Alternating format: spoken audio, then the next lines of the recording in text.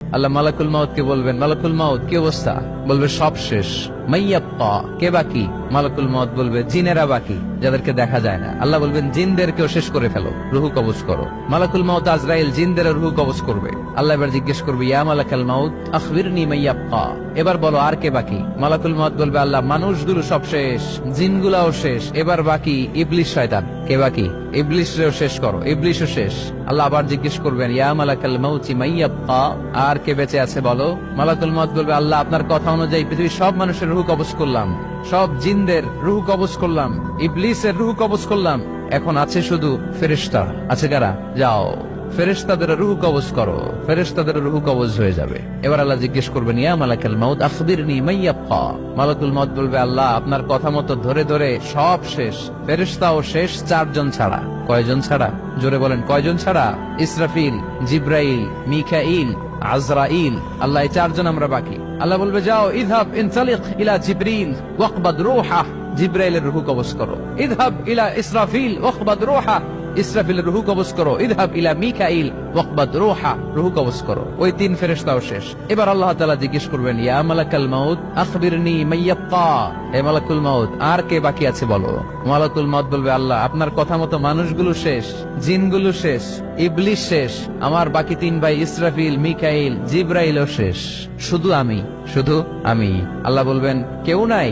মালাকুল মাউত বলবে, না আল্লাহ কেউ নাই। এবার আল্লাহ তাআলা বলবেন, মালাকুল মাউত তুমি তো সবাই রে মারছো, এবার তুমি মরো, এবার তুমি মরো, তুমি মরো। শোনার সাথে সাথে মালাকুল মাউতের কাঁপুনি ছুটে যাবে, খিচুনি এসে যাবে ভয়ে।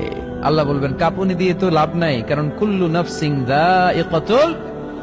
রব্বুল আলামিন বলবেন, মালাকুল মাউত কেঁদো না, এটাই দুনিয়ার বিধান, আমি আল্লাহর দেয়া বিধান, এটাই, জন্মালেই মরতে হয়। যাও, জান্নাত জাহান্নামের মাঝখানে একটা জায়গা আছে, জায়গাটার নাম হলো আরাফ। এই আরাফের মধ্যখানে যে দাঁড়া, ওখানে যে মালাকুল মাউত কাঁপতে থাকবে। মালাকুল মাউত বলবে, আল্লাহ সৃষ্টির শুরুতে যদি জানতাম, সৃষ্টির শুরুতে যদি জানতাম সবাইকে মৃত্যুদান করার পরে, রুহু কবজ করার পরে আমাকেও মরতে হবে, তাহলে এই কঠিন দায়িত্বের ব্যাপারে আপনার কাছে ক্ষমা চাইতাম। আজকে আমারও যে ভাগ্য বরণ করে নিতে হবে সৃষ্টির শুরুতে, আমি এটা কল্পনাই করতে পারি নাই। আল্লাহ বলবেন, নো টক, মুত ইয়া মালাকাল মাউত, মর, মরে যা, মুত, মরে যাও। বলার সাথে সাথে মালাকুল মাউত এক বিকট চিৎকার হাঁকিয়ে মরে যাবে। মালাকুল মাউতের চিৎকারটা সেদিন এত ভয়ঙ্কর হবে, বিষ্ণু ইসা ইসলাম বলেন, ওই চিৎকারের আওয়াজ যদি পৃথিবীর মানুষেরা কান দিয়ে শুনতে পেত, তাহলে কিয়ামত সংগঠিত হওয়ার জন্য আলাদা করে ইসরাফিলের সিঙ্গার প্রয়োজন হতো না। ওই চিৎকারের আওয়াজে প্রতিটা মানুষ কানের পর্দা ফেটে ওই জায়গায় লাশ হয়ে পড়ে যেত। এবার ডানে বায়ে, সামনে পেছনে, উপরে নিচে কেউ নাই, একজন ছাড়া। জোরে বলতে হবে, তিনি কে? আল্লাহ তখন পৃথিবীকে একটা ডাক দিবেন, বলবেন, ইয়া দুনিয়া আইনা আনহারুকি, এই পৃথিবী তোর নদীগুলো কোথায়? ইয়া দুনিয়া আইনা আশজারুকি, এই পৃথিবী তোর গাছগুলো কোথায়? বটতলা। ইয়া দুনিয়া আইনাল জিবাল, তোর বড় বড় মাউন্ট এভারেস্ট পাহাড়, আলাস্কা পর্বতমালা, আলপস পর্বতমালা, এগুলো কোথায়? তুর পাহাড় আজকে কোথায়? ইয়া দুনিয়া আইনাল মুলুক, রাজা বাদশারা কোথায়, যারা ক্ষমতার দাপটে পা জমিনে ফেলতে চাইতো না?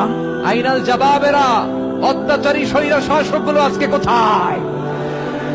কোথায় আজকে? কোন আওয়াজ নাই। আল্লাহ তখন হুঙ্কার দিয়ে বলবেন, লিমানিল মুলকুল ইয়াউম, who belongs the kingdom today. Allah চিৎকার দিয়ে বলবেন, আজকে ক্ষমতা কার? আওয়াজ করে বলেন, সেদিন ক্ষমতা কার? আল্লাহ সেদিন প্রশ্ন করে নিজেই নিজের প্রশ্নের উত্তর দিবেন, লিমানিল মুলকুল ইয়াউমা লিল্লাহিল ওয়াহিদিল কাহ্হার। সেদিন ক্ষমতা দুনিয়ার কোন রাজার নাই, কোন বাদশার নাই, কোন স্বৈর শাসকের নাই, কোন সুলতানের নাই, কারো নাই। সেদিন ক্ষমতা চলবে একজনের, তিনি কে? তার নাম হচ্ছে রহমান। তার নাম কি? আরো জোরে বলেন, কি নাম? এজন্য রহমান কারে বলে আজকে চিনতে পারছেন? তার দয়ার শেষ আছে? তার ক্ষমতার কোন কুল কিনারা আছে? তার ধন ভান্ডারে কোনো কমতি আছে? এজন্য লা বিশাইইন মিন নিআমিকা রাব্বানা নুকাযযিবু ফালাকাল হামদ, we don't deny any of your mercy and blessings, all praises to you। আল্লাহ তোমার কোন নিয়ামতকে আমরা অস্বীকার করি না। আল্লাহ প্রথমে ধমক দিয়ে বলছেন, এই মানব জাতি আর জিন জাতি, আমার কোন নিয়ামতকে অস্বীকার করবি? আমরা বলি কোনটাই অস্বীকার করি না। সকল প্রশংসার মালিক একজন, তিনি কে?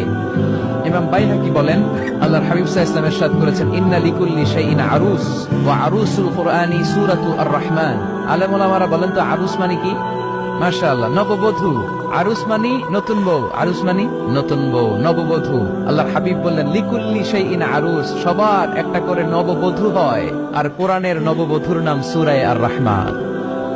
ইন্না লিকুল্লি শাইইন আরুস ওয়া আরুসুল কুরআনি সূরাতু আর রহমান। দুনিয়ার প্রত্যেকের জন্য আল্লাহ একজন করে নববধূ দান করেছেন। আল্লাহর কোরআনেরও একটা নববধূ আছে, এই কোরআনের নববধূর নাম সূরা আর রহমান। কোরআনের নববধূ, কোরআনের নতুন বউ, কোরআনের নতুন বউ।